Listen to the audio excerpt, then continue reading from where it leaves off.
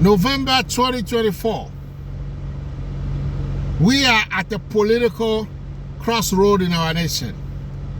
Through the years, we have had multiple candidates from the Republican side and from the Democratic side, and sometimes from independent and all that. And most of them have a decent lifestyle where for them to apply to become for them to desire to become a president of our country was not a big deal.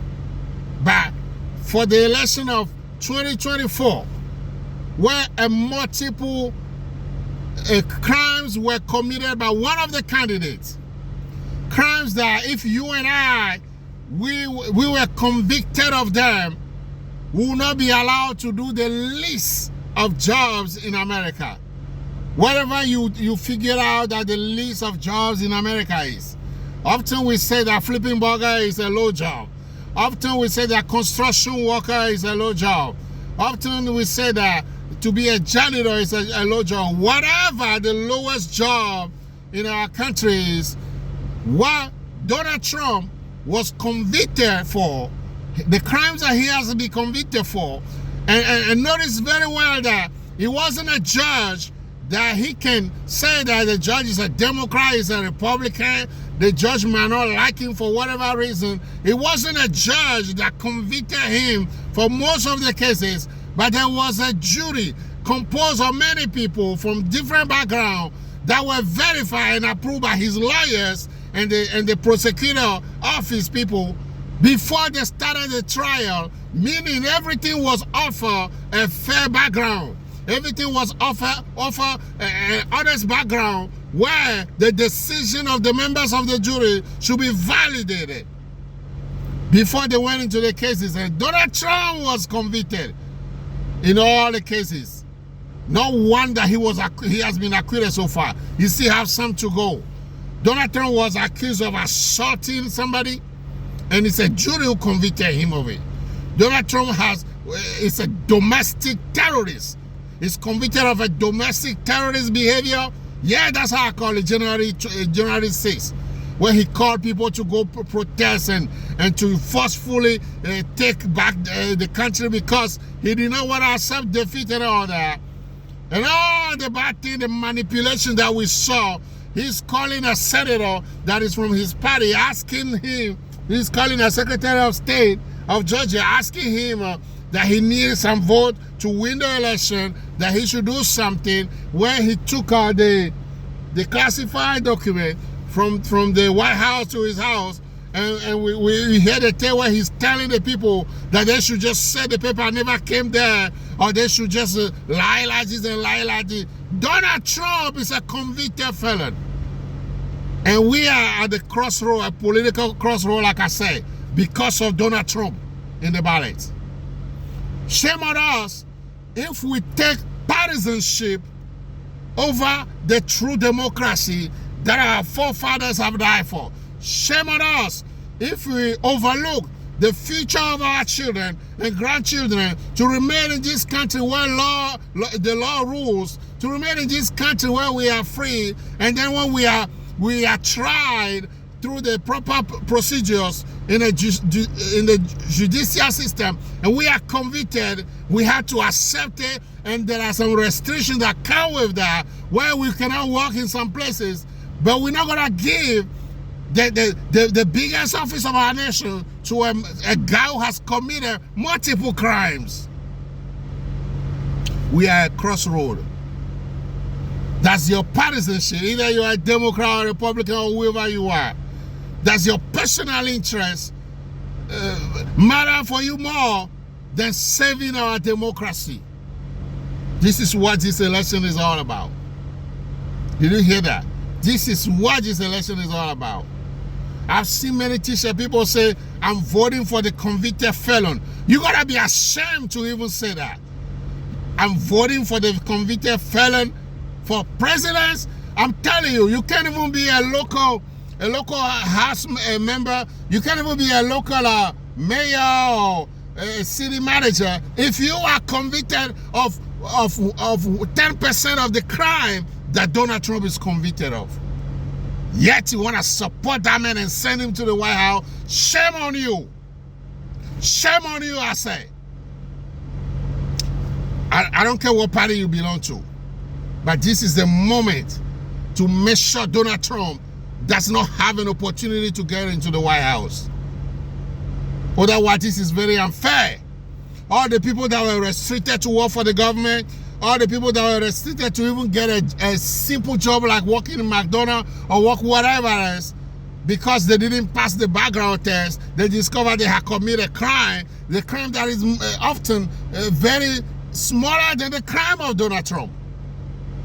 So those people were unable to get a job. They had to hide somewhere. Some of them had to become a landscape person, cutting grass for little money because nobody will hire them.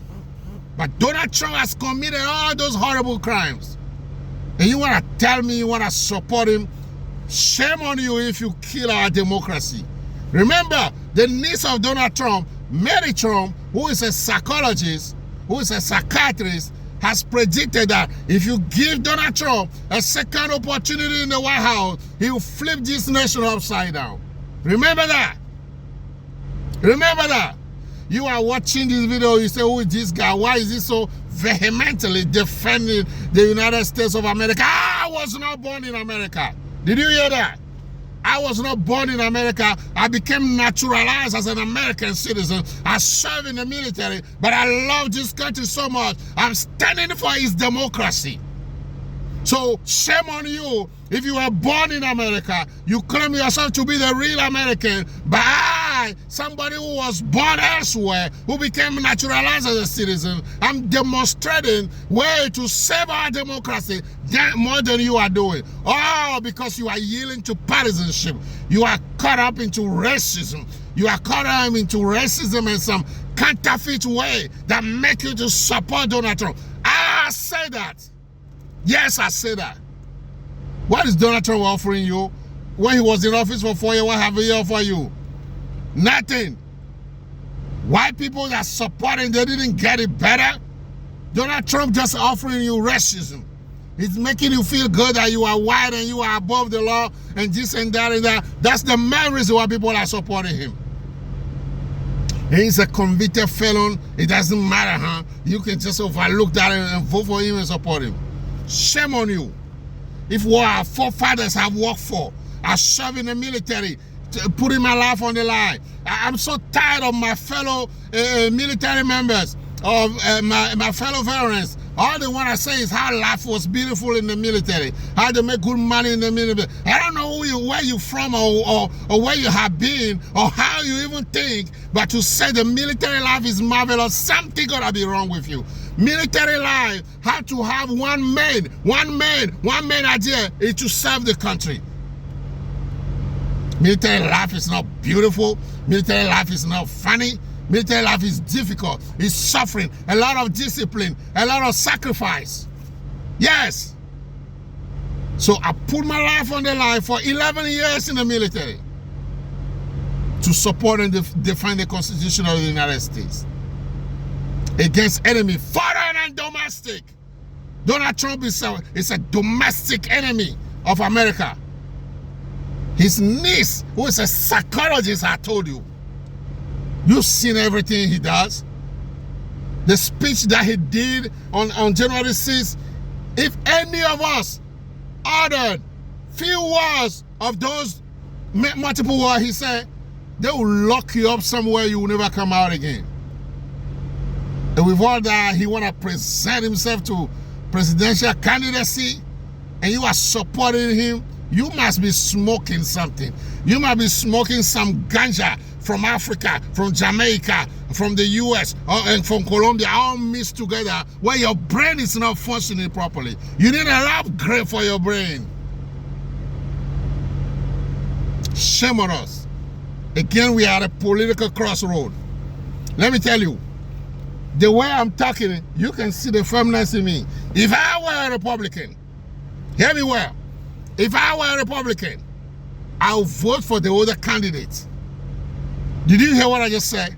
If I were a Republican, I'll vote for the other candidate, not because I don't love my party, but because of Donald Trump That is a maniac man. And if you made the mistake of sending him to the White House, if we smoke something in such a way that Donald Trump end up in the White House, you will see the destruction of this country.